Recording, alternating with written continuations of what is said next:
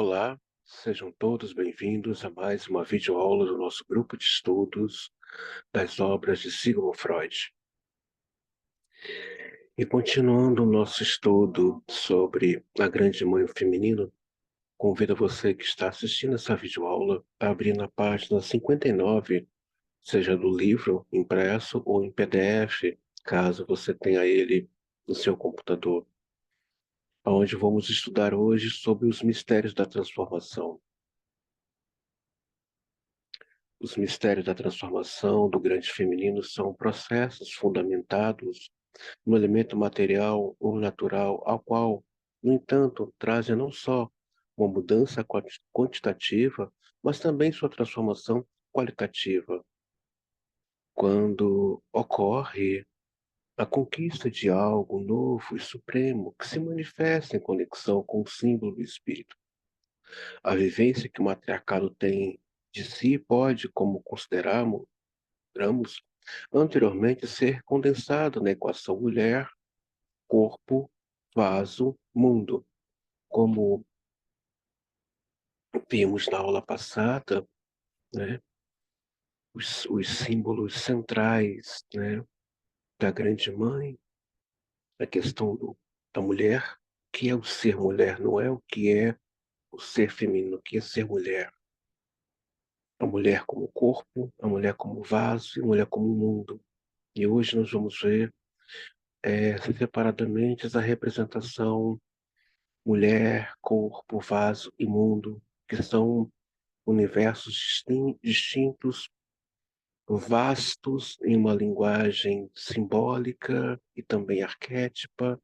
Tudo isso nós iremos ver hoje nessa videoaula.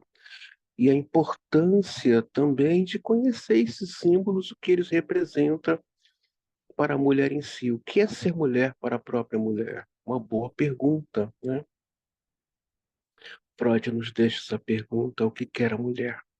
Então, eu deixo aqui essa indagação, o que é ser mulher, não é o que é ser fêmea, o que é ser mulher. O fenômeno do mistério, da transformação, quando surge o espírito, é também o produto desse grande círculo, como sua essência luminosa, seu fruto e seu filho. Com efeito, o espírito matriarcal não renega o solo maternal, de origem da qual descende. Quando fala do solo maternal, está falando do útero da terra. Está falando do útero da terra. Essa coisa de poder produzir a partir do solo, da terra. É disso que está falando o texto. Que, na verdade, o útero da mulher não deixa de ser um grande solo. Mas esse útero não só está resumido a uma questão de um espaço como órgão.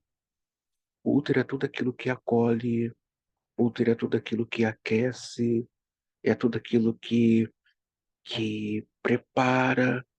Você que está assistindo essa videoaula, nessa formação, seja aspirante ou seja um psicanalista, você está passando um processo uterino agora. Ah, André, mas eu já estou clinicando. Tudo bem, a formação do psicanalista nunca acaba, ela é ad eterna, até porque é uma formação continuada, porque esse sujeito é um sujeito do inconsciente. Então, e alguma coisa você vai gerar desses estudos aqui.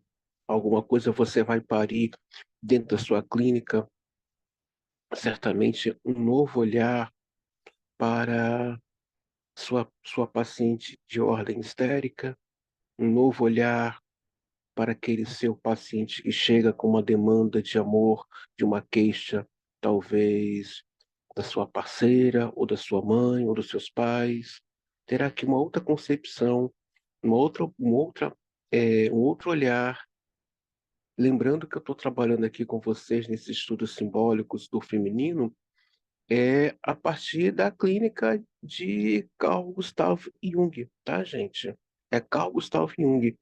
E que não deixa de ser uma psicanálise, porém com uma outra roupagem, trabalhando inconsciente coletivo, trabalhando os arquétipos.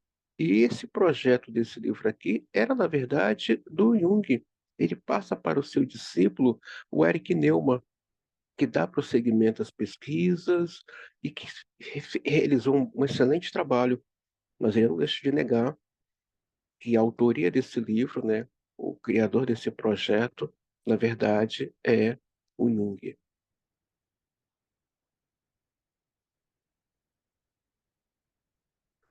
Com efeitos, o espiritual não aparece aqui como uma concepção apolinéia solar patriarcal do ser em si, com existência pura e perpétua, mas permanece filial, aprendendo-se como criatura surgida historicamente, que não omite sua ligação com a terra e com a mãe. Quando se fala em espiritualidade a partir da grande mãe do feminino, não está ligado a uma religião. Nós vamos entender aqui que espiritualidade é essa, que metafísica é essa, né? É uma espiritualidade que convida a uma reflexão, uma espiritualidade que convida para uma contemplação, né? A partir do ser, a partir dos elementos naturais que nos regem. Então, é isso que está falando. Essa espiritualidade a partir da grande mãe, dos grandes círculos, desse feminino, não tem nada a ver com religião, gente. Não tem. Não tem nada a ver com religião. Muito pelo contrário. Fala de uma espiritualidade que envolve a arte, envolve a poesia, a reflexão, a compreensão, envolve a música, envolve compor um texto.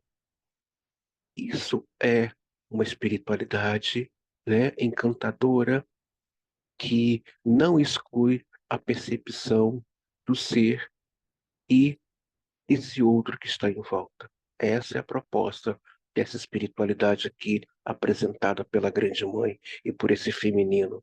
Não tem nada a ver com religião, nada a ver mesmo.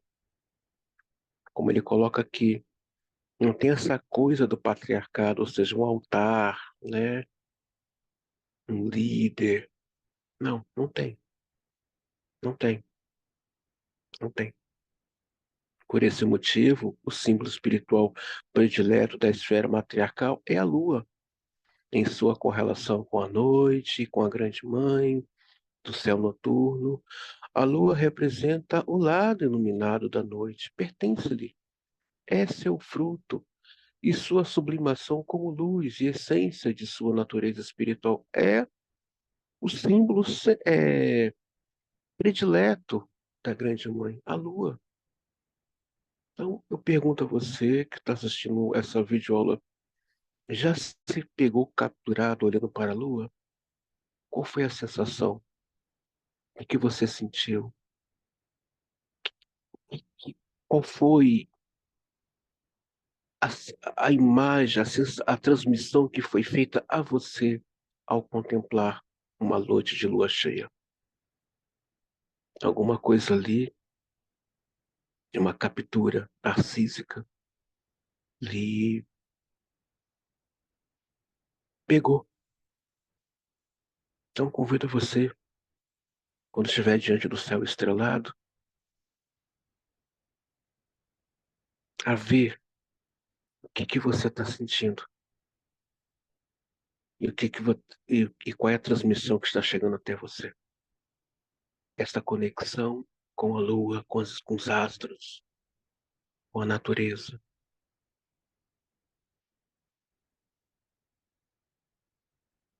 O dia e o sol são considerados no matriarcado como os filhos do grande feminino, e como noite escura e manhã é a mãe do aspecto iluminado. Dessa forma, no Egito, por exemplo, o sinal utilizado para indicar dia e sol é o mesmo, mas as horas têm como referência as estrelas e o mesmo é contado de acordo com a lua. Isto é, o tempo como entidade que abrange o dia e a noite não está relacionada com o Sol. Apenas de dia e o Sol estarem em oposição à noite, na esfera matriarcal, eles não representam o lado espiritual da escuridão. O grande círculo contém em si a claridade e a escuridão, o dia e a noite, ou melhor, a noite e dia sendo a prioridade. Cabe à noite, como foi comprovado, uma forma convincente por Bachofém. Em todo o mundo, a mitologia lunar parece ter prescindido da mitologia solar. Por outro lado, também sabemos que na psique humana, a vivência da totalidade surge sempre antes da experiência dos elementos peculiares. Sim, a gente vê isso em análise. Muitas vezes o paciente, ou analisando, já fez uma virada de chave e não percebeu que já fez uma virada de chave. Cabe, aí volta agora para a pessoa do analista como Lacan, é, coloca aí um superego bastante enérgico com relação à formação desse analista, dele perceber que esse paciente agora virou uma chave e saiu do lugar de paciente para analisando, e que esse analisando agora tem muitas outras chaves para se virar no quesito ao seu desejo. E a pessoa vai perceber que atravessou a porta quando ela estiver lá na frente, ou já passei por aquela porta. Ou seja, é, a experiência não vem antes, ela vem depois. Toda a autorização não passa pelo crivo da razão. Ela já passou por um processo de elaboração. Essa elaboração pode levar um dia, uma semana, um mês, um ano, 2 anos, não importa, é o tempo do sujeito, é o tempo em que ele está ali comprometido com o seu texto. E em dado momento, ele fazia a virada de chave. Então, é importantíssimo nessas horas o analista estar bem atravessado, como diz o Lacan, no mito do herói, causado por esse lugar, e perceber, meu paciente já não é mais um paciente, é um analisando, ele fez uma virada de chave. E meu analisando está se autorizando os seus desejos. Cabe a ele perceber. Em um dado momento da análise, ele vai pontuar, mas você já virou a chave, mas você já atravessou a porta. É importantíssimo esse lugar do analista como escuta, como olhar. É importantíssimo isso. Depois que eu comecei a estudar Lacan, pessoal, instaurou em mim, tá? Essa, esse lugar de formação do analista, como é importante você estar realmente nesse tripé do conhecimento teórico, da sua análise, da sua supervisão, porque é algo que está além de um título, é algo que está além, de um status, é algo do inconsciente. E como é importante esse analista entender as coisas do inconsciente como uma intuição, um ato falho, um sonho, um xistes, né? São elementos e formas do inconsciente falar, mas a presença do analista é, em si, a manifestação do inconsciente. Guardem isso. A presença do analista em qualquer lugar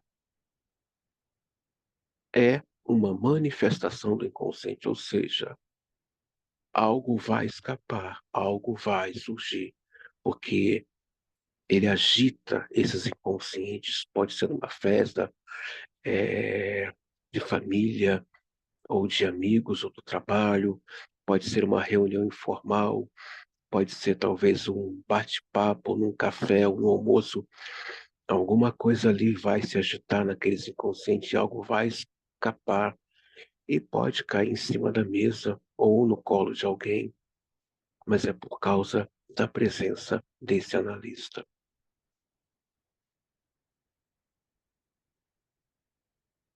Assim explica-se a frase de Preu, segundo a qual a concepção do todo, relacionada ao céu noturno e ao céu diurno, foi anterior à dos corpos celestes, porque o todo era concebido como entidade unitária.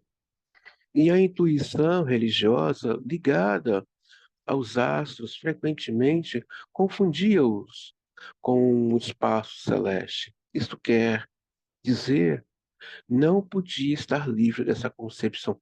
Quando fala um todo, está falando do número 7, o todo. Quando fala de unidade, está falando do número um. Quando fala o todo, ou seja, fala do número 7. Então, eles estão aqui entrando num discurso indireto sobre a Cabala, tá? Que está aí relacionada, amarrada ao, ao alfabeto hebraico, que é puramente simbólico e é também puramente matemática, tá?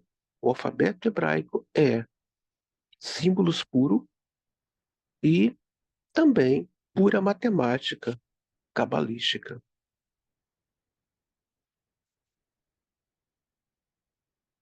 Dessa maneira, a totalidade do céu diurno foi concebida originalmente como a entidade primária da qual o Sol era uma parte. Nesse ponto, devemos deixar de lado o conhecimento científico, de um modo algum evidente por si, da consciência moderna, segundo o qual o Sol faz o dia a sua claridade. Em afirmação, mostra-se claramente oposta à vivência ingênua segundo a qual, num céu encoberto, ainda existe claridade. Originalmente, o Sol era considerado como o luminar do dia. Assim, como a Lua era tida como luminar da escuridão no céu noturno.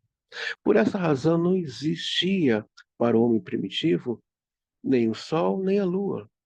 Da mesma forma como conhecia as luas cheias, crescente, minguante e nova, ele se referia ao Sol nascente das manhãs, ao Sol de zenite no meio-dia e ao sol poente dos finais da tarde, como se fossem sóis individuais e distintos.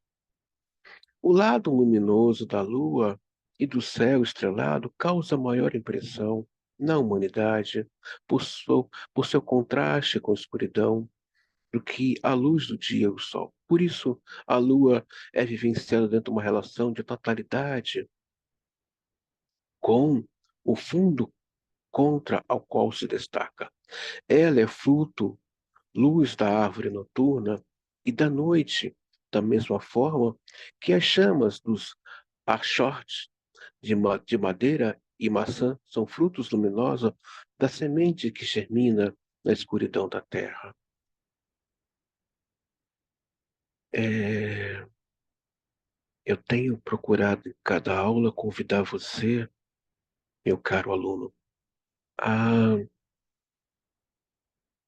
desenvolver uma percepção a partir desse encontro. E nessa aula, eu convido você a ter uma outra percepção da natureza em volta, a começar pela Lua, né?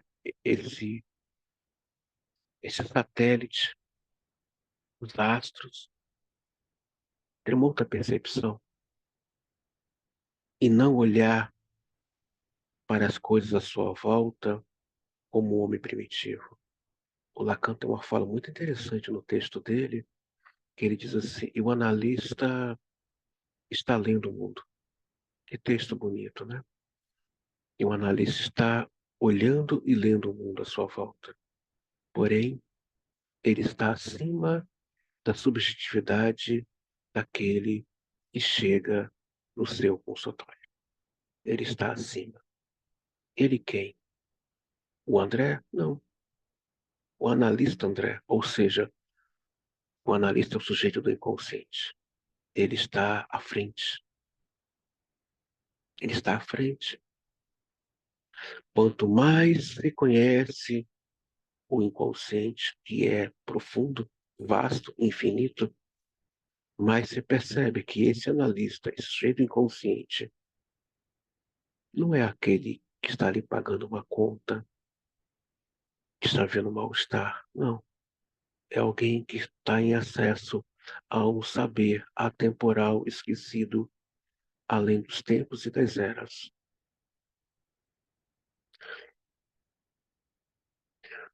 Os corpos luminosos são sempre, em sua dimensão arquétipa, símbolos da consciência e do espírito da psique humana. Olha que coisa linda, gente.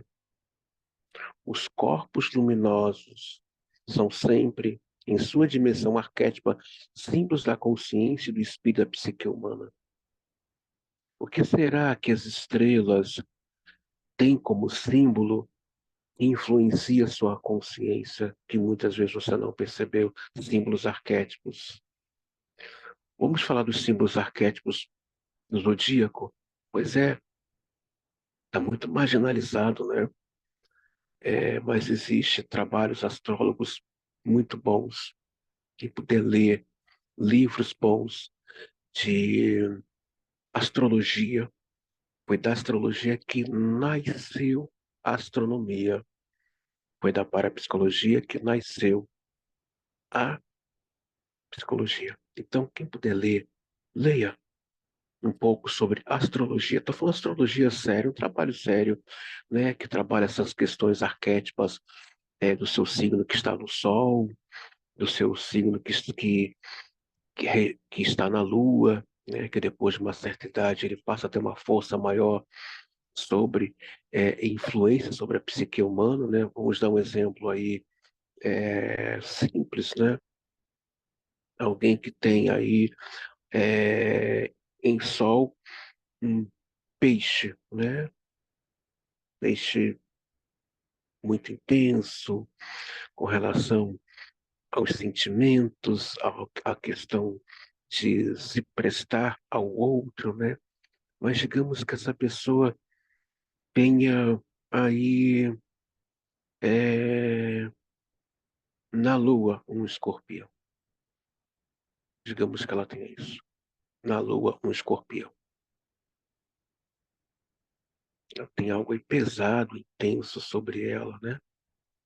Esse animal que também é um ser aquático, que vive a observar à espreita daquilo que ele quer para ele, vai influenciar de uma certa forma a psique desse pisciano, né? Onde ele terá percepções, né, sensitivas desse animal, né, que também vive próximo a regiões que contêm água. É importantíssimo compreender um pouco dessas coisas.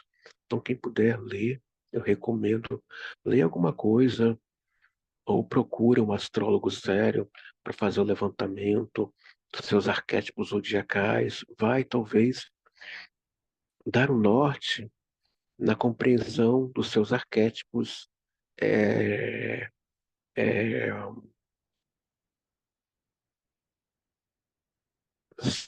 é, como astros. Então, recomendo, procura aí um astrólogo sério, alguém que saiba fazer levantamento de um mapa astrológico sério, vai ajudá-lo a compreender um pouco seus arquétipos.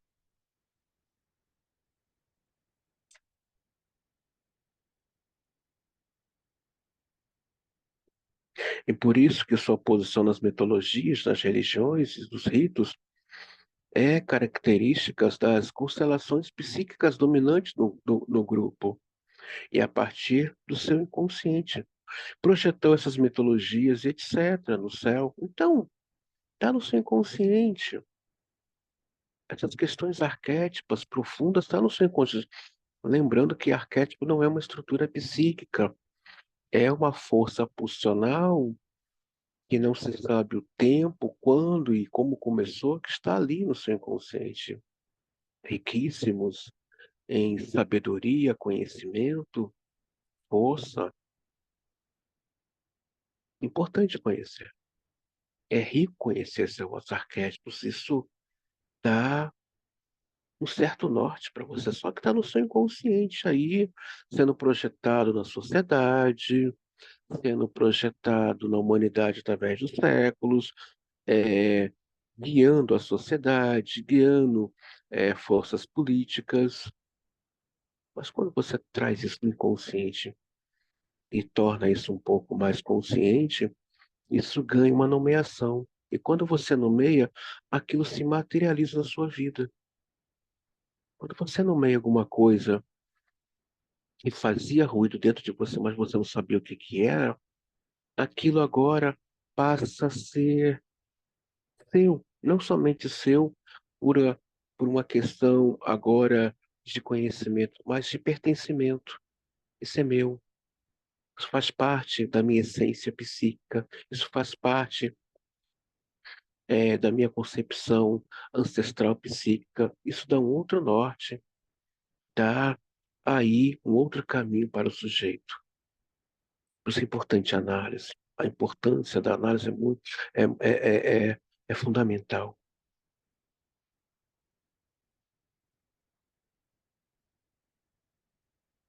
Nesse sentido, falamos simplificadamente de uma correlação do Sol com a consciência patriarcal, da Lua e com a consciência matriarcal.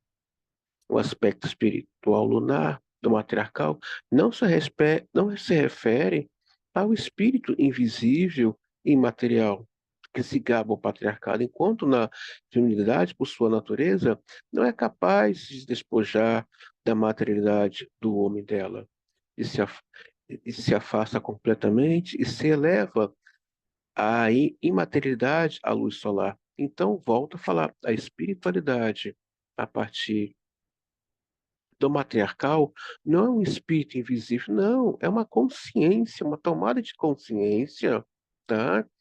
Em que a pessoa vê agora esse espiritual na arte, na dança, na música, na poesia, em uma aula que se sentiu encantado e capturado. É disso que está falando aqui. Não é essa coisa que não está. Não, é algo muito mais profundo. É algo participativo, a partir de uma consciência, a partir de uma vivência, que a pessoa olhar para o sol e se sentir, nossa, que pôr do sol lindo, que coisa, que imagem linda e profunda. E de olhar para o céu estrelado à noite e se emocionar, de contemplar a lua e compor ali uma poesia. Nossa, que lua bonita, interessante essa lua. Para esse aspecto patriarcal, segundo o qual a vitória do homem reside no princípio espiritual. A lua é depreciada, assim como o feminino, a quem ela pertence. Ela é só anímica, é apenas uma forma mais elevada de uma evolução material e telúrica, que se opõe a um aspecto puramente espiritual, a qual, em sua forma platônica, a Polinéia judeu-cristã, levou à conceituação abstrata da consciência moderna. Essa consciência moderna ameaça, porém, a existência da humanidade ocidental pela unilateralidade da evolução masculina. Levou uma hipertrofia da consciência às custas da totalidade do homem. Por isso, o conhecimento destilado, abstraído pela consciência coletiva da humanidade, como o conhecimento da matéria, por exemplo, repousa nas mãos dos representantes terrestres da masculinidade, que, como humanos, não se mostram, em hipótese alguma, capazes de encarnar o princípio solar e material e puro. Por outro lado, o caráter de luz e sabedoria que cabe ao grande feminino não deveria ser caracterizado simplesmente como só anímico, ou seja, a sociedade se gaba de um progresso, um avanço, o homem como centro fálico do universo e da humanidade. Isso é uma mentira. É uma mentira. Vocês estão vendo a importância de rever esse grande inconsciente coletivo que está recalcado dele, que pertence à mulher.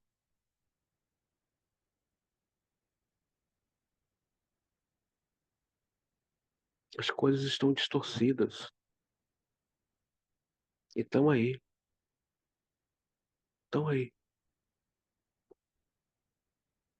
Não é nada disso. Também não suporta a sabedoria do grande feminino. Também não suporta o amor apresentado por esse grande feminino. A própria mulher em si tem medo do feminino, a própria mulher em si não suporta essa sabedoria. Por isso que eu indiquei para vocês ver, se puder assistir de novo, o filme A Profecia Celestina. Um filme rico, muito bom, profundo, que fala dessa força do feminino e de se vencer pelo coração.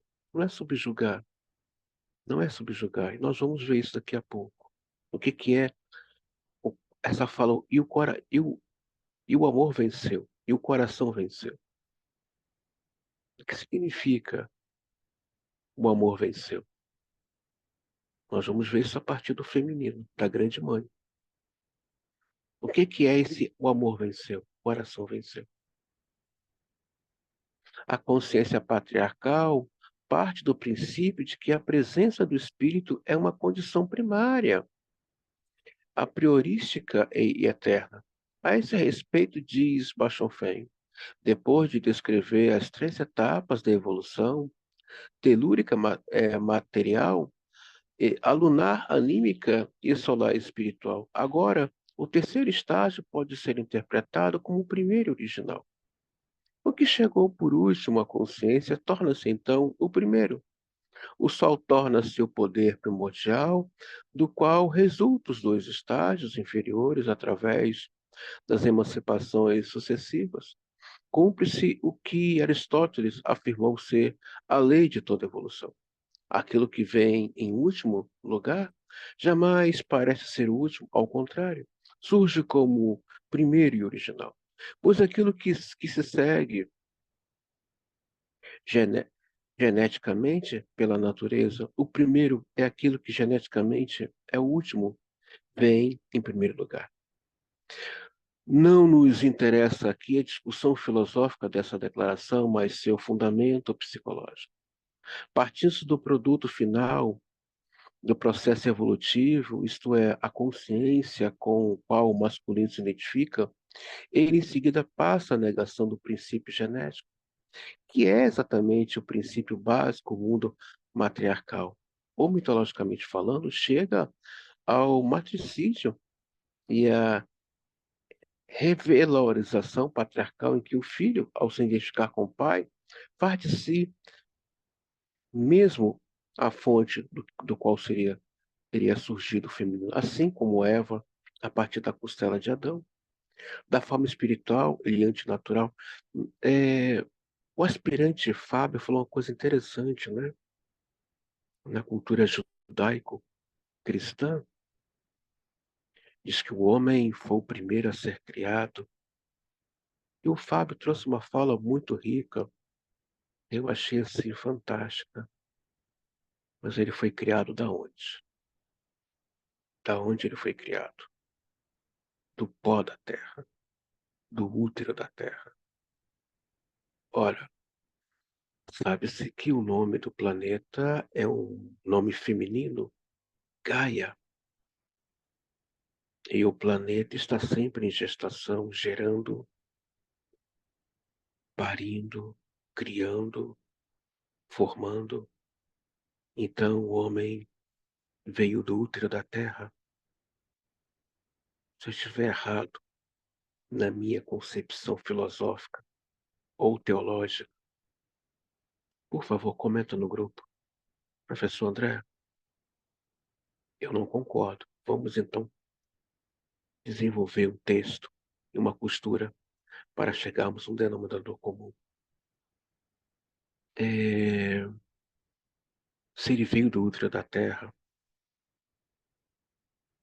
quanta coisa do feminino tá nesse corpo do homem. E aí ele passou por uma experiência da mulher vaso, né, que conserva, que prepara. A gestação é uma preparação. A gestação em si é, na verdade, é uma elaboração para se parir. O tempo todo estamos entrando em processo uterino. Você que está assistindo essa aula, você está no processo uterino. André, eu já sou analista. Oi, o analista não tem esse receio de passar por processos uterinos, porque o tempo todo estamos nascendo ou renascendo, ou estamos em processo de gestação. O tempo todo.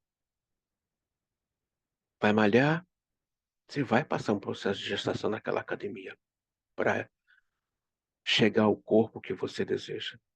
Vai entrar numa autoescola, vai passar um processo de gestação, tem que fazer o estudo teórico, né, sobre sobre o veículo, tudo passa por uma gestação.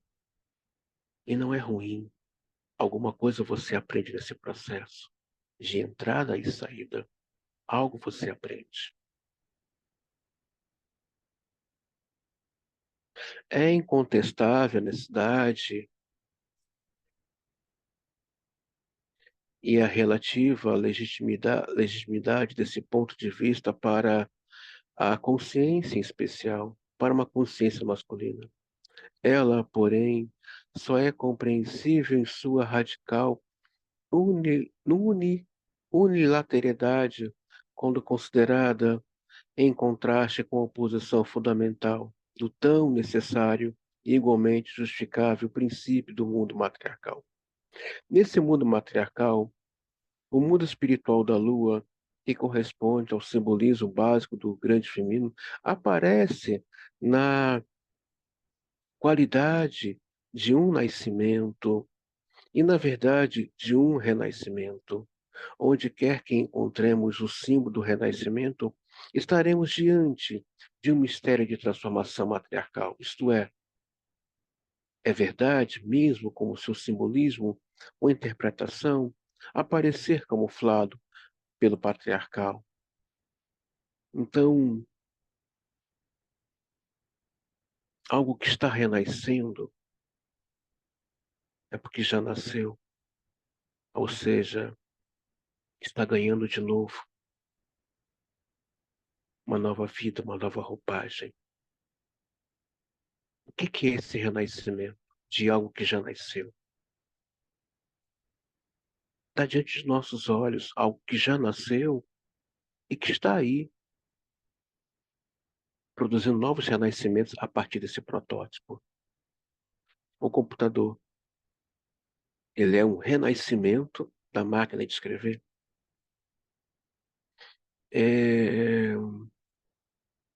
Um outro exemplo também simples que podemos trazer para essa questão do renascimento, né? Que segue o padrão de algo que já está nascido, mas quem ganha os créditos é o patriarcado, mas na verdade pertence ao feminino, né? É, essa mulher, né, que abraça o seu feminino, ela está renascendo. É um exemplo que parece simples, né? Ela é uma mulher, nascida de mulher, mas ao abraçar o seu feminino, ao abraçar o seu arquétipo da grande mãe, ela está renascendo. Isso é uma grande revolução, é uma grande transformação e é um grande encontro consigo. Eu acredito que um humano que tem um encontro com o seu arquétipo é de uma evolução, é de uma transformação poderosíssima. Um encontro com a vida e com a morte. E a partir daí, construir novos conceitos, novas marcas, novas concepções, visões de mundo a partir desse encontro com o seu arquétipo. Então, você que está assistindo essa aula, seja homem ou mulher, talvez você esteja preso a uma casca. Isso aqui sou eu. Mas ainda não teve um contato com a sua essência. Uma das propostas legais da psicanálise é levar o sujeito a ter um encontro com ele próprio. É uma das propostas lindas da psicanálise. Como diz o David Zimmerman, a proposta e ambição do analista é levar o paciente ou o analisando a ser. Esse ser não tem uma definição. Não tem. Para que definir? Como definir algo que está além da compreensão, no tempo do espaço e que está no campo do real? Como definir? Não dá para definir.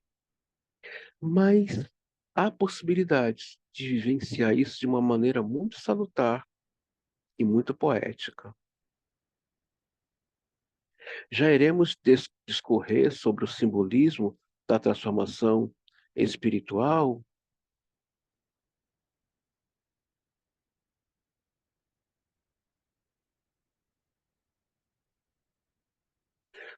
Na segunda parte deste trabalho, podemos lançar mão de algumas indicações gerais baseadas em nosso esquema.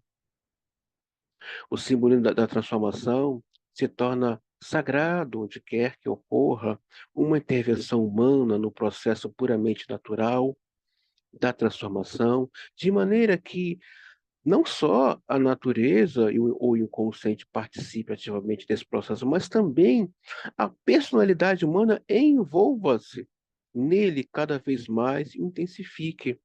E aqui entra uma fala do Lacan. O analista é um ser causado pelo inconsciente. Ele participa dos processos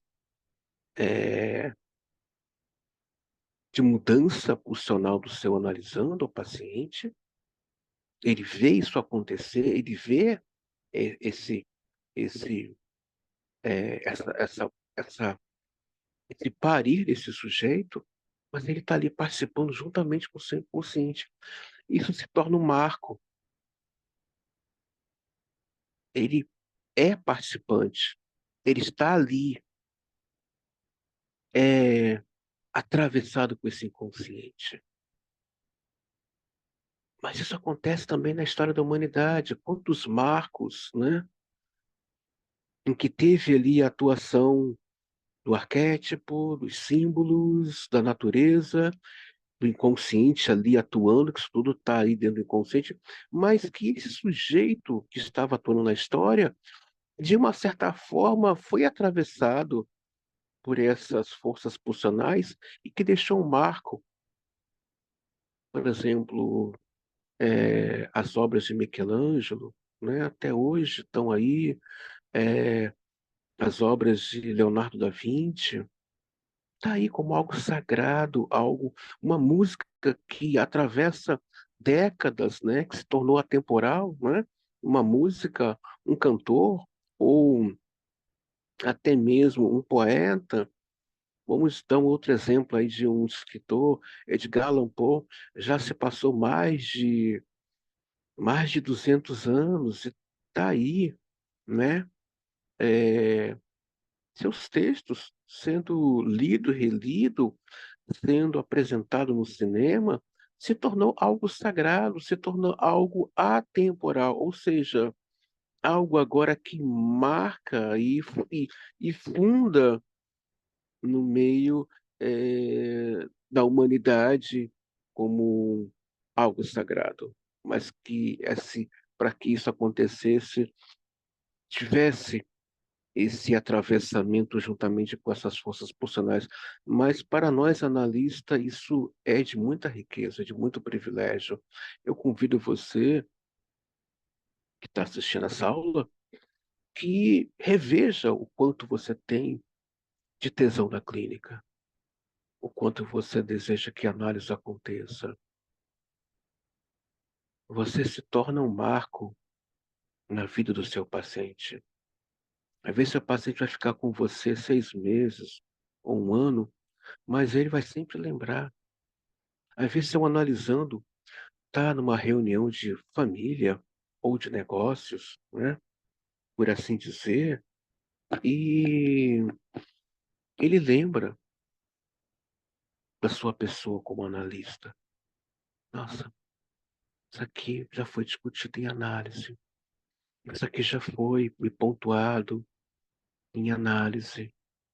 Ou seja, demarca essa vida ao ponto de aonde estiver invocar a presença do seu inconsciente junto ao inconsciente dele. Isso é algo, como posso dizer, sagrado. Um sagrado, não no sentido religioso, mas um sagrado tipo, isso aqui é especial. E o sete analítico é um lugar sagrado. Sim, o sete analítico é um lugar sagrado. Por quê? É um momento de encontro, né, de textos. O texto desse paciente, o texto dele. Não é encontro de duas pessoas, é encontro de uma só pessoa. Na análise, não é um encontro de duas pessoas, é um encontro de uma só pessoa, desse paciente, desse analisando. Onde ali ele estará trazendo o seu texto. Um texto que está atravessado, um texto que não está sabendo interpretar, mas que carece agora de uma escuta, né, com uma extra percepção psíquica e desse olhar que dá um lugar ao sujeito através do seu discurso. Isso é fundamental. Isso é hiper importante. A pessoa mais importante no set analítico não é o analista, é o paciente, é o analisando. Embora o processo de integração da personalidade humana criativa seja a forma mais elevada dessa transformação natural, sublimada, dela também participam formas mais parciais de transformação cultural. Processo desse gênero são os mistérios primordiais do feminino, que, em nossa opinião, estão situados nos primórdios da cultura humana, ou seja, quanta coisa tem aí dessa força pulsional do feminino da grande mãe, que ninguém para observar, que é uma atuação desse inconsciente coletivo. Como acabei de citar, as obras de Michelangelo, né? É, é, se hoje a medicina desfruta da questão da anatomia, é graças ao Leonardo da Vinci. Como é que pode, gente? Como é que pode, pessoal? Alguém em um período das trevas, né, produzir roupas de mergulho, elaborar um submarino, elaborar um avião. Como pode isso, gente? Galileu Galilei, como ele sabia que estava acima das estrelas? Ele não havia o telescópio Hubble. Como ele sabia? Gente, o inconsciente está além do tempo e do espaço.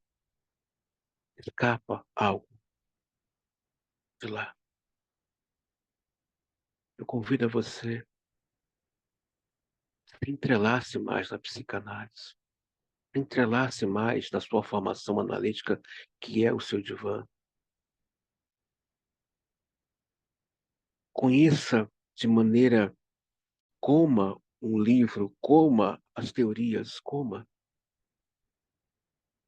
Quanto mais você estiver atravessado por por essa psicanálise, por esse inconsciente, mais as coisas vão ficando nítidas para você, vão ficando claras, vão ficando mais transparentes. Como Galileu Galilei sabia que estava acima das estrelas. Como Leonardo previu, preveu o nosso tempo. Nietzsche fala do niilismo, esse culto. Hoje, as apostas, os investimentos libidinais está sendo no vazio. A que ponto chegamos? As pessoas estão apostando no vazio. Estamos vivendo a era da mediocridade. Ninguém quer ler, gente. Eu não vou dar uma de coach, nem posso dar uma de coach. É, chegar para a turma e dizer, pessoal, vai ler. Não, eu tenho que saber por que esse aluno se sente capturado e ficar 4 ou 5 horas na internet. Tem alguma coisa ali de ordem narcísica, edipiana, né? Ou, como diz o Freud, aonde há o Narciso, há o Édipo, né? E hoje o que que a internet está produzindo? É muita coisa narcísica e edipiana, né? Olha para mim, me coloca um tapete vermelho, me dá um like, mas olha para mim.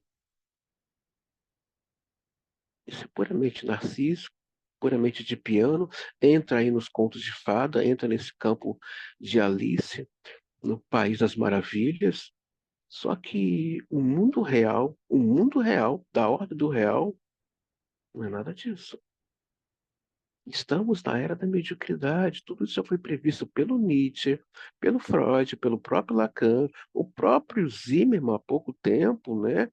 Antes de morrer, que foi em 2014, já estava prevendo uma sociedade narcísica, uma sociedade infantilizada.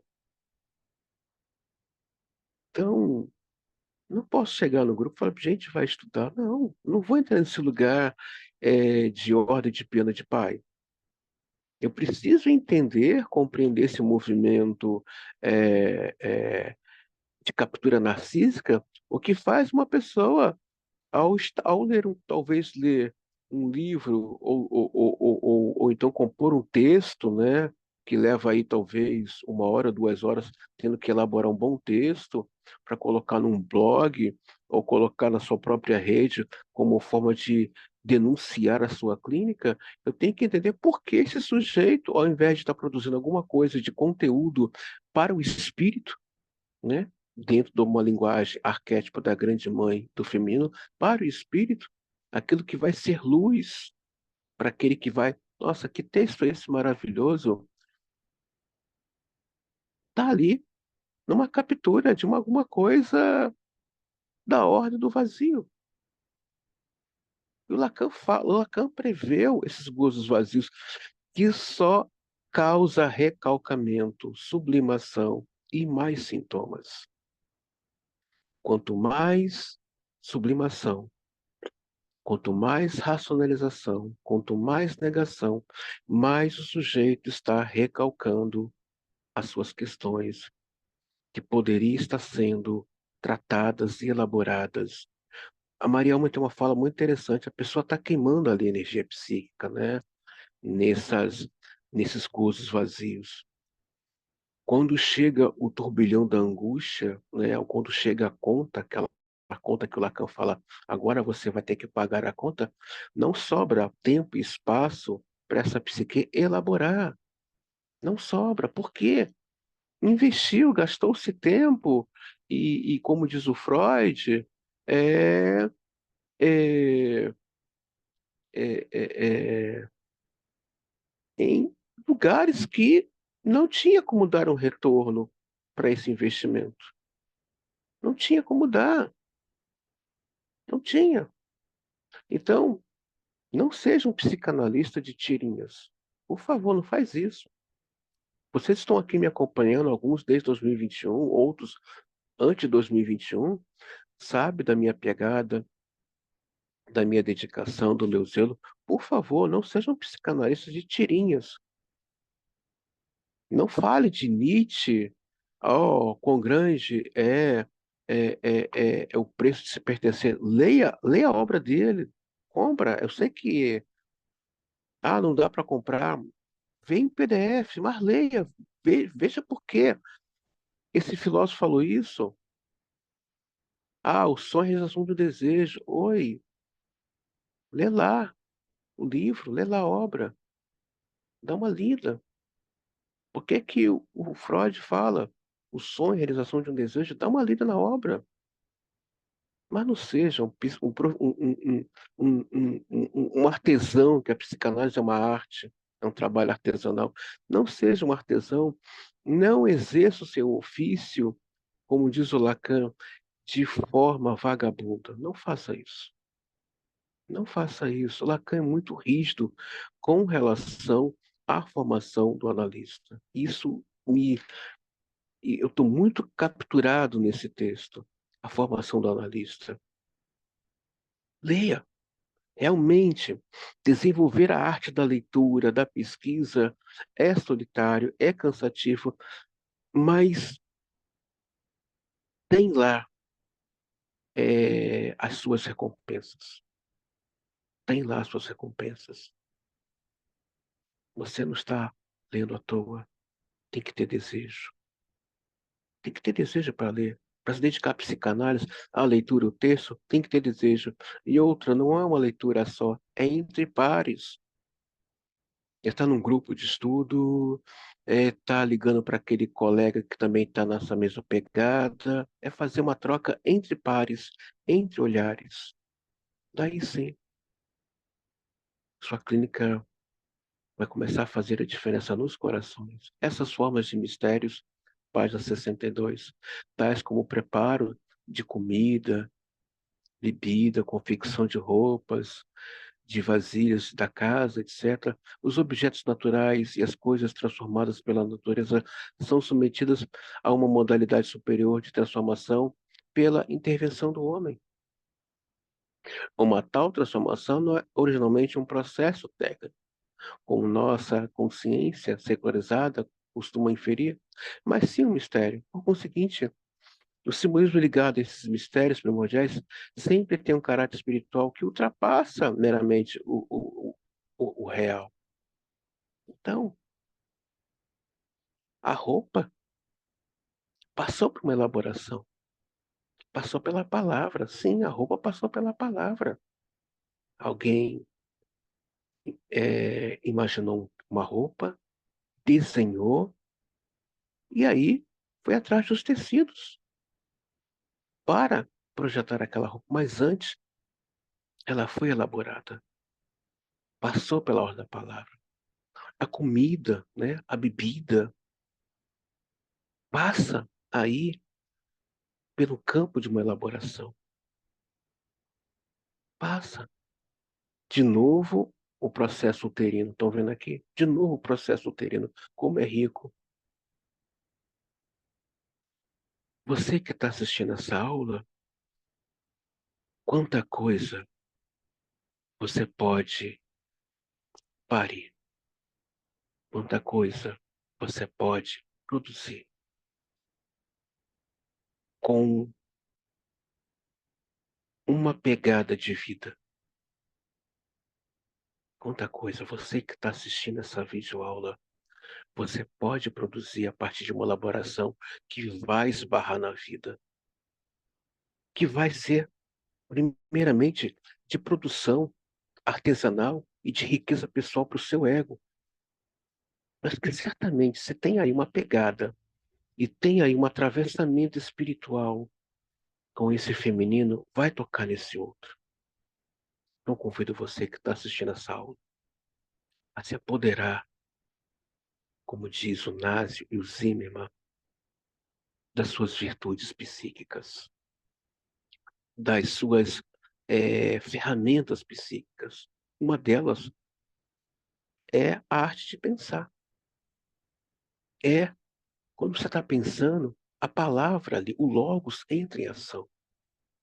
O logos está ali, ó. Você ali tecendo, né? Ruminando, e logo vem os insights. Como vou produzir isso? Como vou inventar isso? E aí começa a produção, né? Esse processo uterino. E aí vem essa coisa do resultado final, né? Uma boa bebida, uma boa comida, uma roupa que me encanta. Não importa o que você vai elaborar, o que você vai produzir. Lembre-se, vai esbarrar sempre nessa questão do feminino e da vida. Ah, eu sei lá, eu tirei a tarde hoje para criar uma nova fórmula de pintar as unhas. Qual o problema? Isso não é bobeira. Por que seria bobeira? Você está criando, você está elaborando, você está gerando. Nossa, cria aqui um novo modelo de unha. Cria aqui é, uma técnica nova de maquiagem. Qual o problema? Por que isso seria bobeira? Se isso está trazendo para você insights em cima dessa elaboração. Você está tendo insights, é porque você está acessando algo do arquétipo do feminino, da grande mãe, que esbarra na arte, na cultura, na poesia, na música, na dança. Então, vai, não menospreze, não abra mão das ideias que escapa e vem à sua mente que você fala, não, não faça isso. Abrace, abrace, coloque em prática, coloque em prática. Não menospreze as sementes que estão na sua mão. Certa vez, eu vi um homem, eu achei linda essa fala.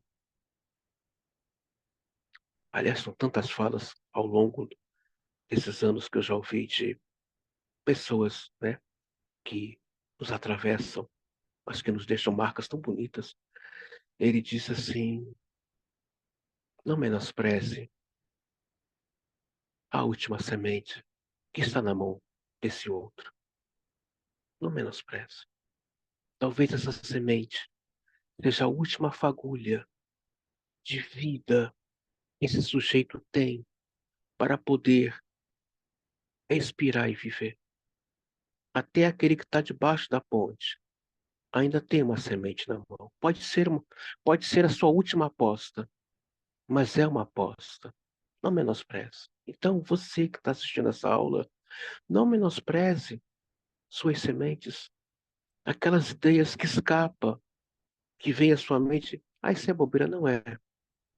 Talvez é uma pérola, não importa o tamanho, o formato que está chegando, mas que está convidando você a olhar um pouco mais, olhar e ali se debruçar em cima dessa ideia, dessa semente, que com certeza vai germinar em vida para você e certamente para o outro. Uma coisa que eu amo na psicanálise é a aposta na vida. E o Lacan tem uma fala muito rica. Ele dizia: a cura está além dos sete.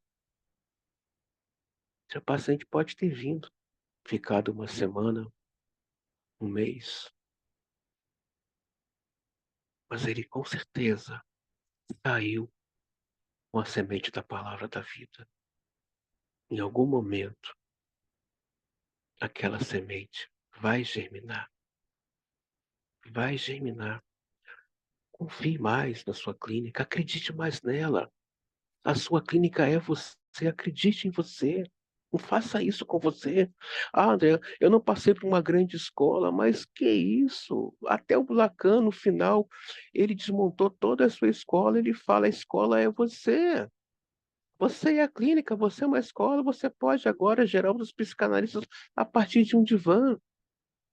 Melanie Klein nunca passou por uma escola, gente. Melanie Klein leu lá sobre o Pequeno Hans, estava em análise com o Winnicott e se tornou aí esse grande marco histórico, científico e clínico da clínica infantil.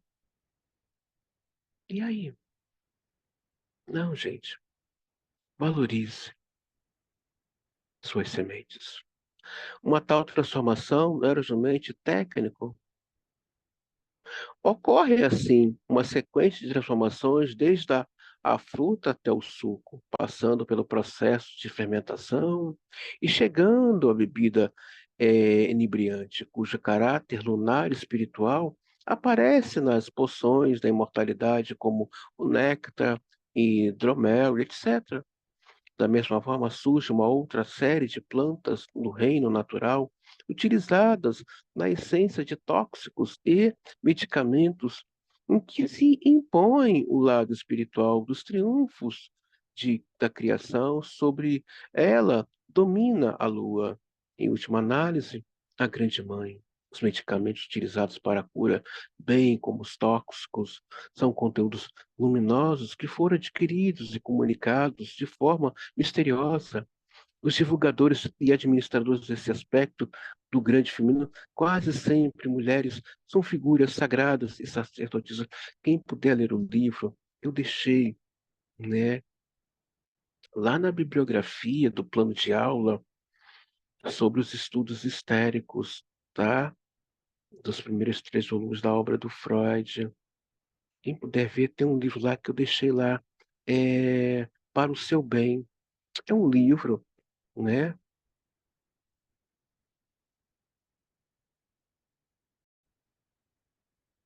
Esse livro, Para o Seu Próprio Bem, conta a história das bruxas, né?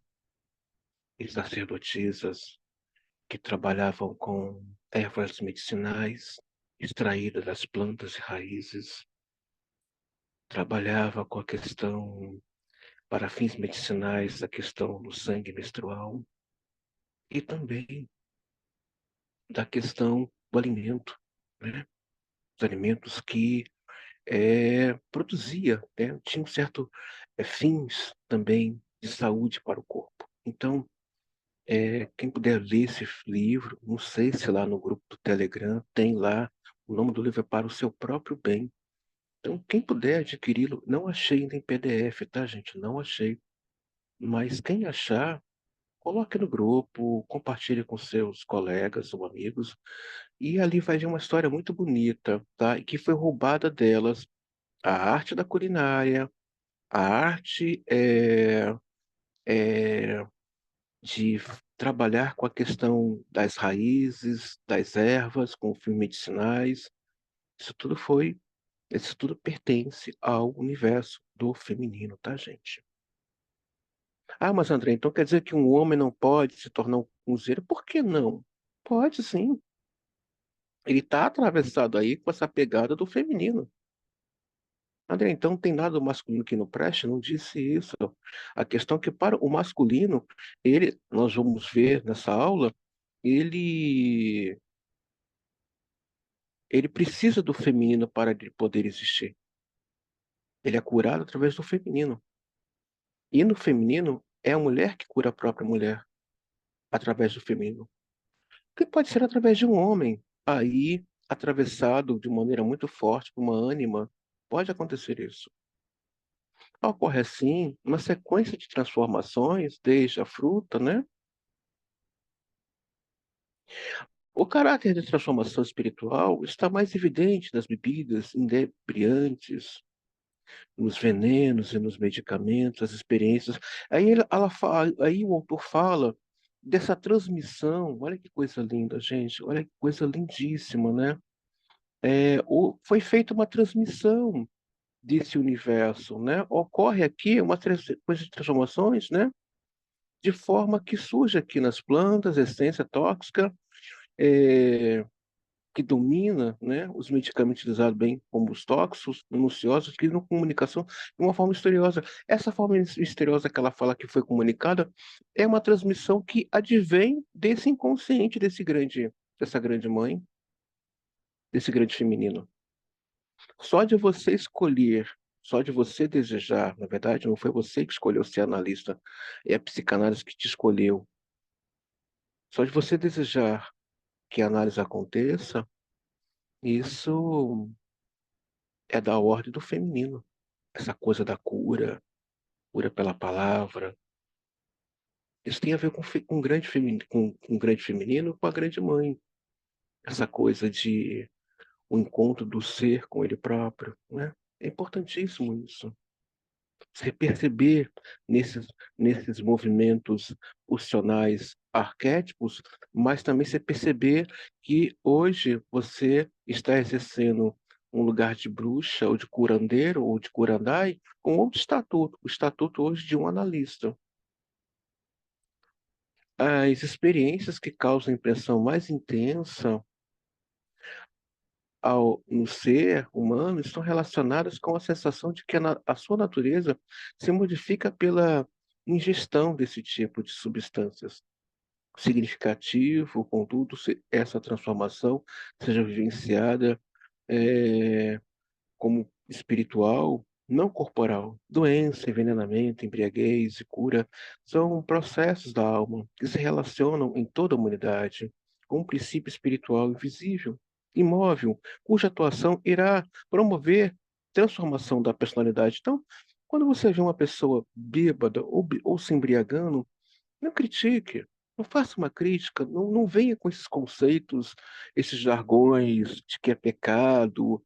Não, veja algo ali de cunho espiritual, não espiritual religioso, mas um espiritual de que talvez ali aquela pessoa que esteja angustiada, né? Ela pode estar muito angustiada, ela pode estar ali sofrendo uma transcendência, né? E quantas pessoas bêbadas têm insights maravilhosos, né? Quantas pessoas falam, nossa, eu tive um nirvana durante o álcool e acordei diferente, né?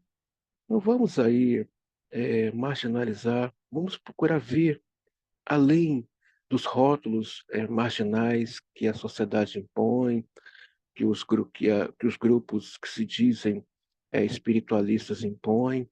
Vamos ver algo ali. Às vezes a pessoa pode estar angustiada e a saída que ela encontrou foi na fase oral, de beber, de se embriagar. E às vezes nem o álcool está pegando, mas ela talvez transcenda um pouco, né, para amenizar aquele sofrimento que ela está passando. E às vezes ela vai ter alguns insights do que ela está passando, né? O Lacan, e eu hoje também estou nessa pegada. É, só um instante, gente.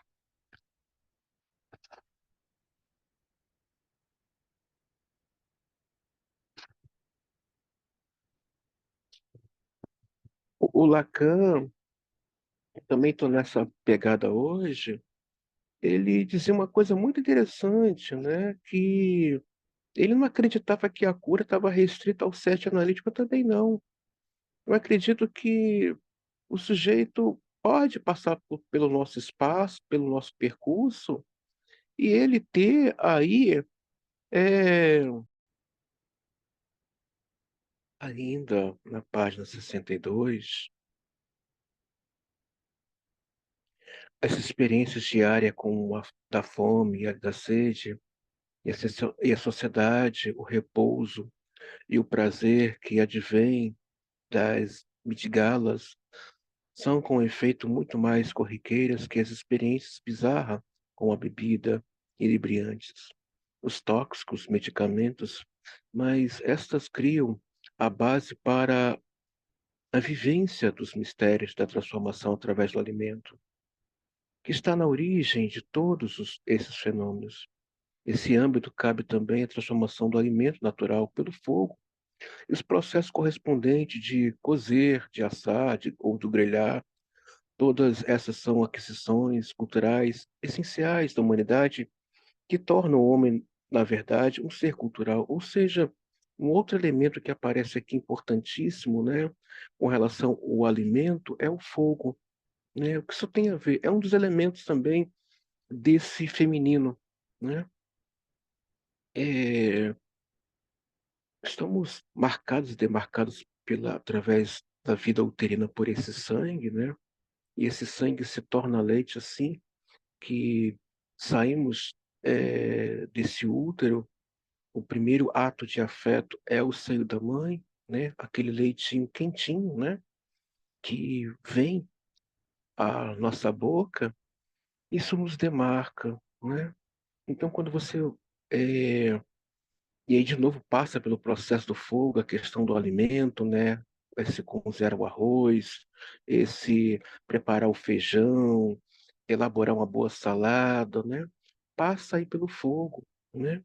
E é tão gostoso quando a pessoa come uma comida quentinha, fresquinha, né? Ela fica tão animada, feliz, mas na verdade é um animado, é uma alegria desse encontro que o bebezinho teve aí com a mãe e com esse afeto através do seio. né? Tá ali no seio dela, sendo amamentado, né? Sendo acolhido. Então, esse alimento quentinho fala desse acolhimento, né? Aquele feijãozinho bem elaborado. Então, quando você, a partir de hoje, for almoçar fora, jantar fora, ou então na sua própria casa, alguém está ali elaborando, né? eh, aquele, aquela carne na grelha, né? Ou passando no tempero aquela carne, aquela linguiça, lembre-se, né? eh, isso tudo tem a ver com o seio da mãe, tem a ver com o útero, esse útero que me acolheu, que me aqueceu, né? Ah, André, mas assim você vai me estragar, eu não vou poder curtir as coisas naturais, você vai poder curtir, só que agora com um outro sabor, um sabor a partir de um conhecimento ancestral. Você vai degustar esse alimento agora com um tempero a mais que esse conhecimento ancestral, né? Do fogo, a importância do fogo, né? Nossa, quem foi essa pessoa, né? Qual foi esse mestre-chefe que estava lá dentro, enquanto eu estava aqui na mesa com os meus, esperando essa comida chegar tão quentinha, tão gostosa, tão bem temperada, né? Passou pelo processo aí uterino, passou pelo fogo, esse aquecimento, esse acolhimento, e agora você degusta com, com um outro estatuto, podemos dizer assim. Um outro estatuto, tipo, isso aqui, né? Tem a ver com o útero, tem a ver com o seio, e esse fogo que aquece, esse fogo que acolhe, né? Assim é também no processo de análise, esse sujeito é acolhido pela escuta, ele é aquecido ali, nesse processo de análise ali com esse analista, e em um dado momento já está cozido, já está pronto para assim ser apresentado ao mundo, né? Esse renascimento. Então, daqui para frente, quando você for se alimentar, seja em casa, seja na rua ou numa festa, e que vê aquela comida bem temperada e quentinha e gostosa, você vai poder dizer: "Nossa, isso aqui fala de algo muito mais antigo e que está recalcado nesse inconsciente coletivo da humanidade". A evolução cultural também será colocada em movimento pelos mistérios que pertence à secreta província do feminino. O fator extensível e característico dos mistérios da transformação matriarcal é que eles sempre permanecem incorporados, ou seja, de certo modo, estão sempre ligados à matéria. Nessa transformação, a matéria torna-se, sem dúvida, sublimada, adquire uma qualidade essencial e é quintessência, mas não ultrapassa a área de influência do grande feminino. O tipo de transformação na matéria que nos referimos e mais evidente na transformação alquímica da personalidade humana, contudo, antes de surgir nos mistérios como experiência anímica particular, ela é percebida na projeção sobre a natureza animada. Eis a razão pela qual toda uma gama de símbolos de transformação espiritual da natureza entram nos mistérios. A planta, então, torna-se grão e é transformada em pão e hóstia. A madeira dá a chama e a luz.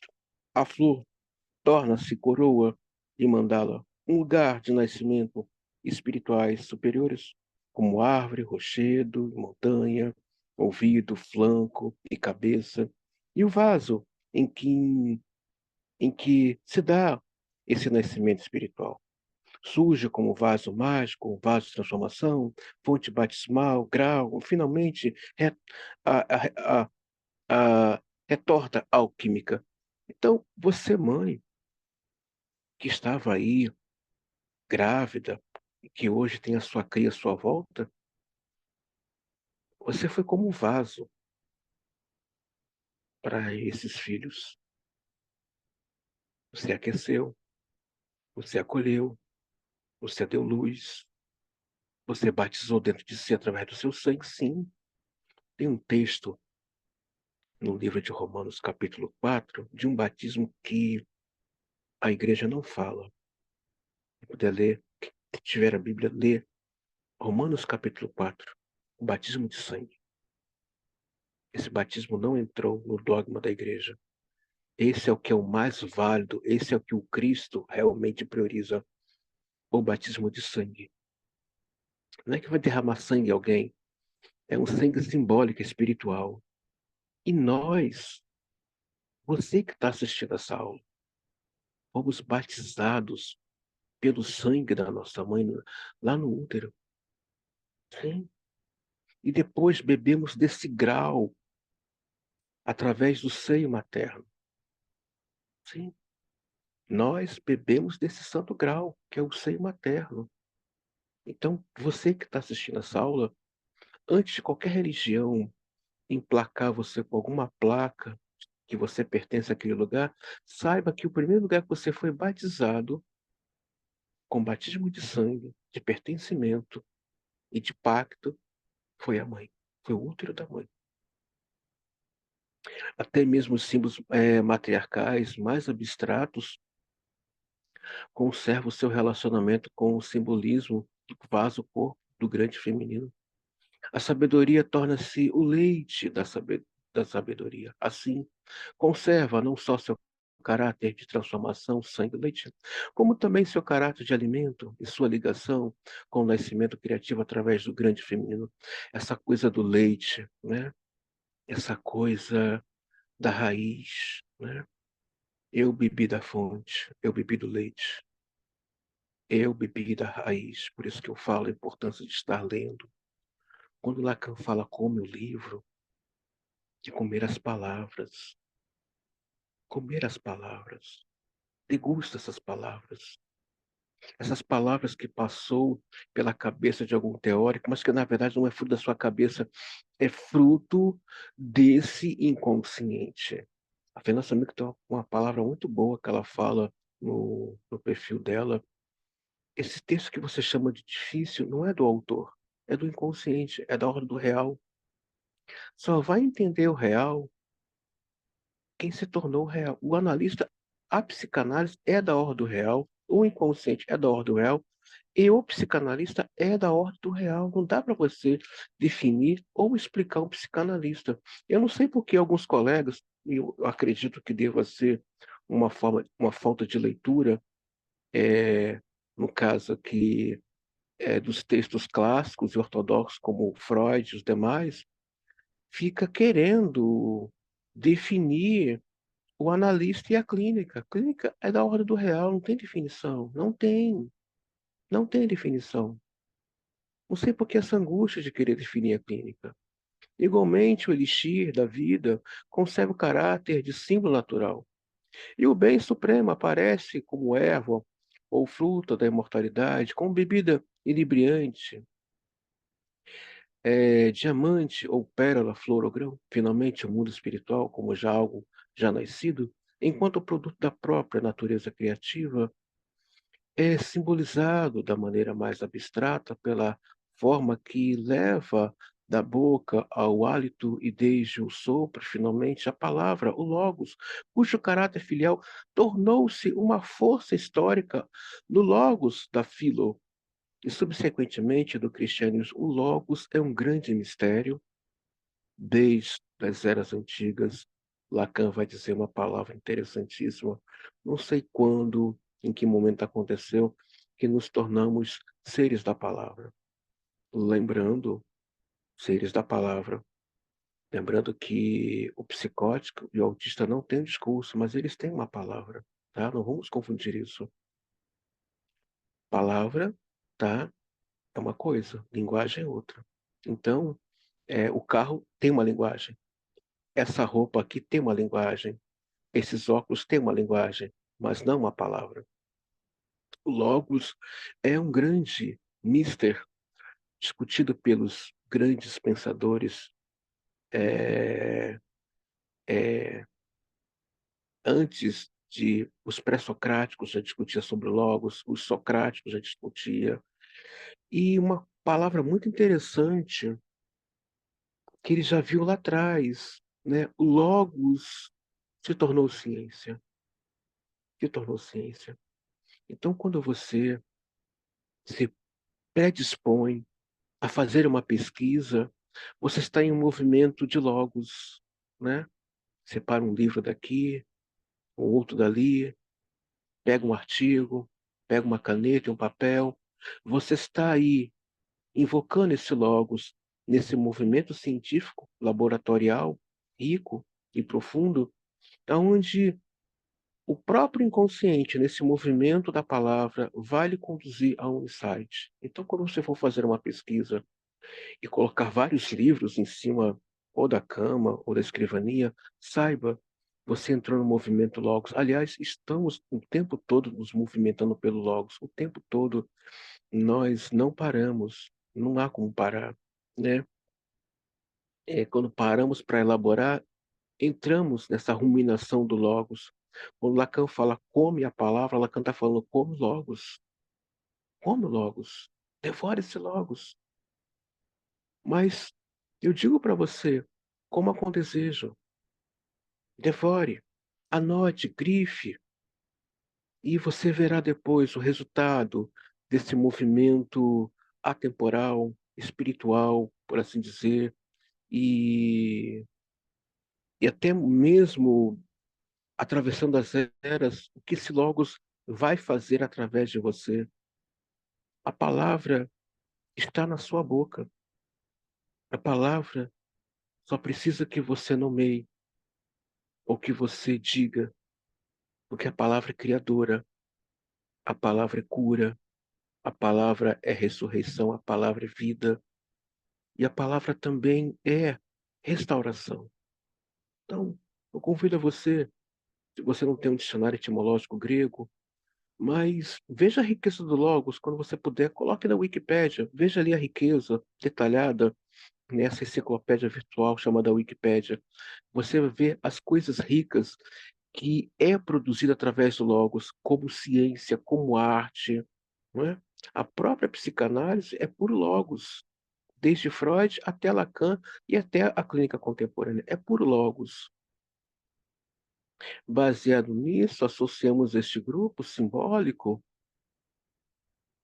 do nosso esquema como o centro da grande mulher corpo-vaso, isto é, o coração, né? O que é esse coração? Vou falar daqui a pouco um pouco mais, né?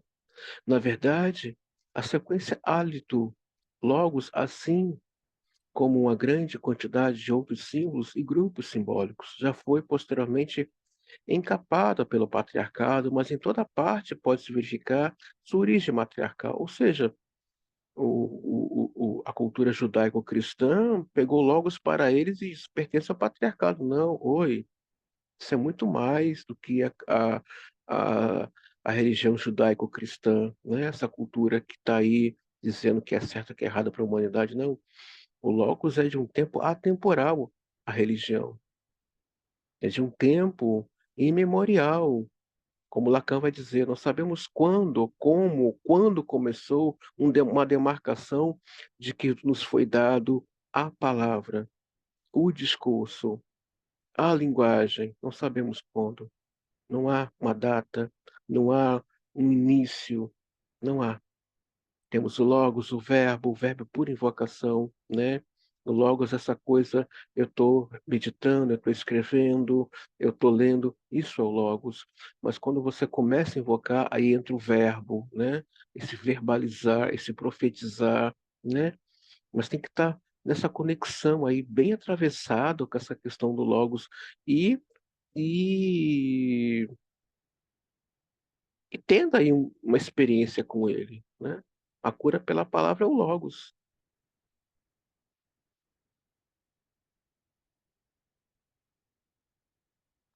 Tal fato ocorre no mito egípcio registrado numa fase que o patriarcado havia reavaliado completamente a situação matriarcal original, onde encontra-se as seguintes palavras: o demiurgo que criou todos os deuses e seus cães, esta em seu coração, em sua língua. Já a expressão mais evidente da doutrina judaico, a criação através da palavra, entretanto, por baixo disso, ainda percebemos a situação original em que a palavra nasce como a essência da totalidade corporal divina. O grande círculo, a situação em que se diz meu coração, minha mãe, meu coração, minha mãe, meu coração, de transformações. Ora, o que é essa palavra solta que nós escutamos aí, o amor venceu, ou o coração sempre ganha? Se pergunta se o matriarcado, a grande mãe, o feminino é tão poderoso, por que não pega tudo de volta que é seu? É verdade que o verdadeiro poder não é subjugar.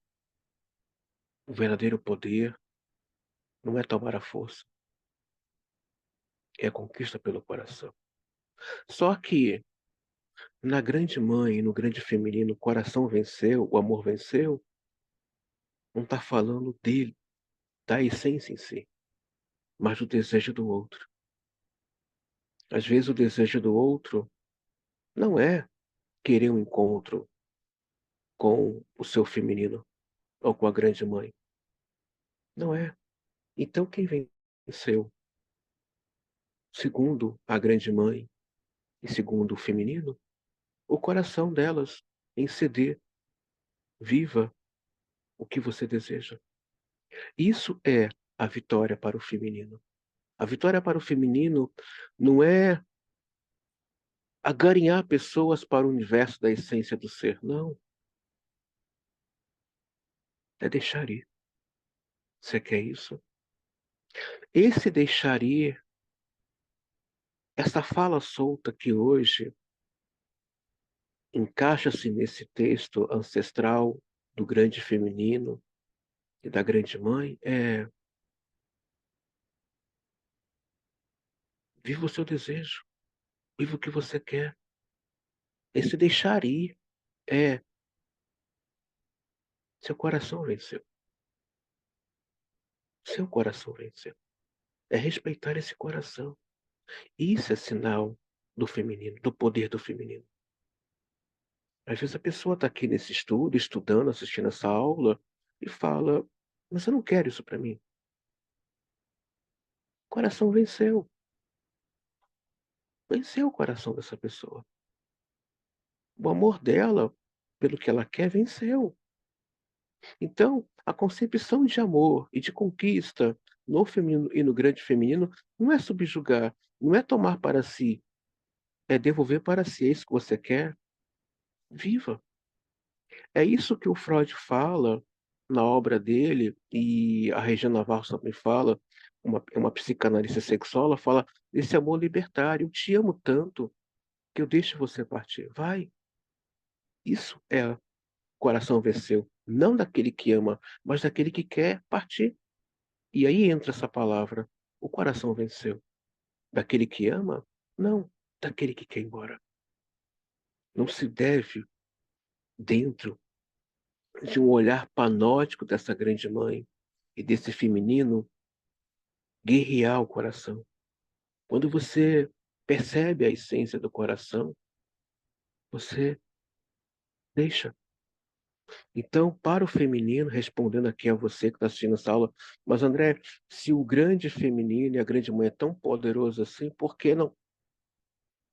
Por que não deixar o outro acreditar que está no poder? Quem tem poder nunca perde o poder. Quem tem um trono nunca perde o trono. Quem é analista nunca deixa de ser analista. Estamos tratando aqui de essência nessa aula. Estamos aqui tratando de, de ser. Estamos falando aqui de coisas preciosas, profundas, esquecidas através dos séculos.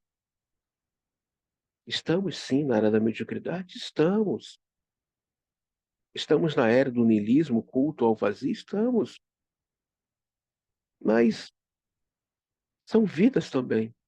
Será que essas vidas não precisam de uma vida que possa lhes tocar com a essência? Porque eu acredito no poder da essência, eu acredito no poder do Logos, e o Logos é muito poderoso. Ele está além dessas fantasias, ele está além desse vazio. É algo que transmuta o ser, transforma o ser. Há uma alquimia da alma pela via da palavra. Então, a pessoa pode estar nessa formação, pegar tudo isso e jogar fora. A gente fica chateado, triste, fica, mas você tem que acreditar, alguma coisa ela está levando daqui, dessa escola, dessa formação. Algum fragmento, alguma pérola muito rica ela está levando daqui. E que em algum momento isso vai dar luz dentro deste ser. É uma vida também. Então, eu acredito cegamente nisso que eu estou transmitindo para vocês aqui. É isso que o Freud fala, o analista entra na análise com fé. E o Lacan tem uma fala interessante em cima desse texto do Freud. O analista aposta e faz uma aposta cega a partir do seu inconsciente. É fantástico. É muito fantástico isso.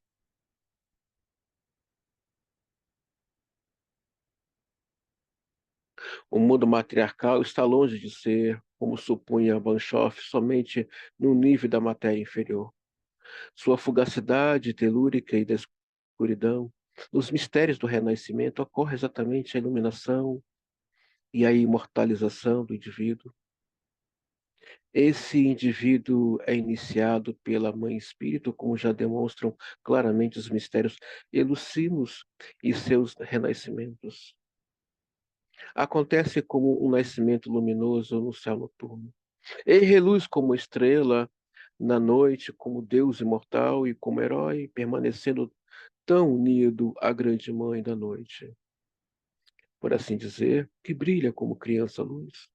No seu ventre escuro, resplandece como ponto de luz no seu manto da noite, ou como parte de sua árvore de luz, que ilumina seu mundo noturno. Mesmo sendo imortal, ela não o libera, tal como o grande Pai que reúne em torno de si seus imortais na mandala celeste. Já se examinarmos a totalidade da esfera simbólica determina pelo caráter vaso do grande feminino, reconhecemos que esse fenômeno, como princípio criativo, abrange o mundo todo, em seus caracteres elementares de transformação e sua unidade original. É a totalidade da natureza, onde surge toda a vida e desenvolve-se a assumir em sua mais elevada transformação de forma de espírito. O mundo matriarcal é geocêntrico, no amplo sentido, que significa que a realidade tangível e visível é a fonte das formas mais elevadas de manifestação, a saber, os fenômenos espirituais que nela surgem. O mundo matriarcal, portanto, mulher como vaso, não é criada pelo homem, nem a partir dele e nem lhe serve como objeto de suas intenções de procriação. Ao contrário, esse vaso que contém o caráter misterioso de transformação, que dá origem em si e de si e ao masculino. O masculino só existe a partir do feminino. Então, você, mulher que está aqui assistindo essa aula, senta um pouquinho, respira, bebe um copo d'água, olha um pouco à sua volta. Tudo que é criado, recriado, tudo que é inventado, como a internet, tem uma grande pegada da grande mãe do feminino. Tudo o que acontece no mundo como evolução, que tem aí alguns marcos e pegadas espirituais, como aquilo que nos fascina, nos encanta, né? Tem uma pegada aí. Embora o patriarcado acredite que os créditos são dele, não é. Essa coisa do criar pela palavra, essa coisa do gerar pelo útero, essa coisa de acolher pelo útero, isso é da ordem feminina, que está aí. Se você está assistindo essa videoaula agora, alguém elaborou a internet, alguém repensou, as câmeras. Então, se alegre um pouco mais sobre a sua essência, que é rica e profunda. Até eu estou aí atravessado com essa questão do feminino e da grande mãe, até mesmo eu. Sim, no set analítico, o analista tá nessa pegada aí ancestral, né, de acolher, de escutar, de nutrir. Isso é muito rico, isso é profundo. A mulher subsiste e vive a partir de si, de si. Banchoff acertadamente apontou: no matriarcado, o homem é visto como um semeador, mas ele não conseguiu enxergar além do significado radical dessa imagem, em que o homem é apenas um instrumento da terra e da semente lançada por ele. Não é a sua semente, mas sim a semente da terra. Essa situação ainda prevalece num costume da África, cuja descrição devemos por News. Chegando no campo, o homem avança com um longo bastão de plantar, e com ele faz, após outro, furos para as sementes no chão liso. Atrás dele vem sua mulher, de uma cabeça apoiada no quadril. Ela tira um punhado de sementes atrás do outro e os atira nos orifícios feitos na terra. As primeiras sementes, porém, ela não atira com as próprias mãos.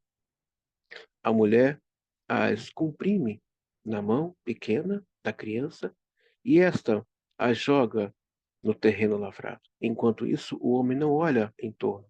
Em silêncio e quase intimidado, ele permite que a mulher continue seu mister. Né? Essa coisa como mulher lida com a terra, com as plantas, com as árvores, com a selva, com os animais. Essa conexão que a mulher tem, né? Isso é muito rico. Quando começamos a ver essas coisas pela lente do inconsciente, desses arquétipos, ganha uma outra tonalidade do olhar. O olhar fica mais colorido, mais lindo. Agora com certo conteúdo. Esse conteúdo arquétipo fica muito mais lindo. O grande vaso gera em si suas próprias sementes. É patogênico e precisa do masculino somente como iniciador, lavrador e propagador da semente oriunda da terra feminina. Esta semente nasce da terra, é ao mesmo tempo a espiga e a criança, tanto na África como nos mistérios de Eleusis. Mais tarde, o patriarcado postula o contrário, com a mesma unitariedade, defendendo então que a semente do masculino é o elemento criador e o feminino, como vaso, é apenas um domicílio fugaz e uma fonte de alimentação temporária para essa semente. Se resumimos o que tentamos ilustrar ao mesmo tempo sobre a estrutura arquétipa do grande feminino, através dos dois esquemas, temos o primeiro, que propôs apresentar o aspecto genético da evolução arquétipa, cujo desenvolvimento acompanha até a diferenciação da figura da grande mãe, introduzindo a figura da ânima assentada na investigação dos caracteres elementares de transformação. No segundo esquema, foi esboçado o significado abrangente do vaso como símbolo central do mundo matriarcal. Sim, o vaso. Esse vaso fala desse grande útero, conserva, que nutre e que gera. Já falei para vocês, quando vier uma ideia na sua cabeça, não despreze, não faça isso. Pegue ela, veja as pérolas que estão nas suas mãos, veja as apostas que você ainda tem e feche e lance na terra. Tenha fé. Você é muito mais do que se apresenta aqui nessa videoaula. É como diz o Jung, quão grandes são as múltiplas potencialidades que carregamos. Você tem múltiplas, você não tem uma potencialidade, você tem múltiplas potencialidades. Obrigado a você que esteve aqui e desejo que essa aula venha produzir uma boa gravidez para cada um de vocês. Muito obrigado e nos vemos aí na próxima aula. Tá bom, gente linda? Muito obrigado a todos vocês.